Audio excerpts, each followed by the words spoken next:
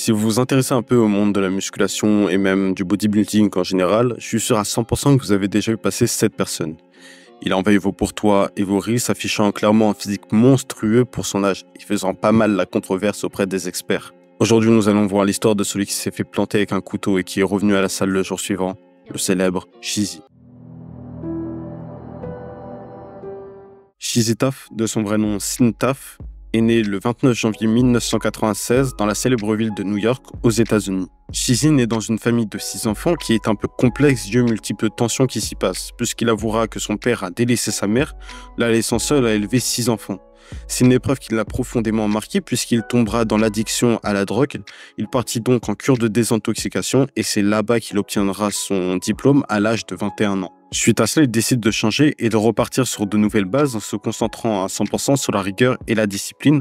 En rejoignant l'armée américaine en tant que Coast Guard, il effectuera des tâches de surveillance, de protection et même de sauvetage.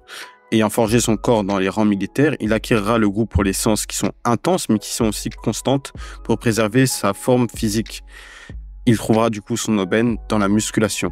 Il tentera alors sa chance dans le mannequinat sans grand succès, puis se dirigera vers les réseaux sociaux sur les plateformes TikTok et Instagram, où il commencera à exploser, rassemblant 1,6 million d'abonnés.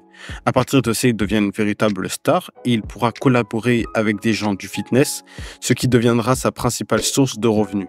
Mais s'exposer sur les réseaux sociaux comporte une partie un peu plus ténébreuse où beaucoup d'influenceurs Instagram et de stars du fitness soutiennent l'idée qu'avoir une telle musculature est tout bonnement impossible quand on sait que c'est proportionnel à la taille et au poids. De même pour les bras, ici on parle de 51 cm de tour de bras.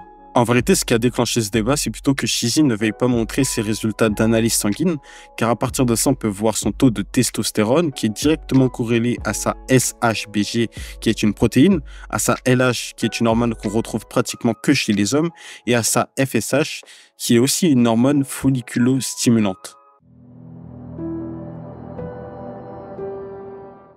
Le fait qu'il mente ou pas sur son possible dopage n'est pas vraiment intéressant puisqu'il a quand même une force titanesque qu'il a prouvé. Puisqu'un jour, en allant à la salle de sport, il se fit agresser par deux agresseurs armés d'un couteau. Le premier le planta au thorax, mais heureusement, il eut le temps de répliquer en assommant d'un coup de poing le premier et le deuxième. Il expliquera par la suite qu'il a serré le cou si fort d'un des agresseurs qu'il se mit à craquer. Mais le plus fou dans cette histoire, c'est qu'il repartit le lendemain à la salle de sport faire les pecs.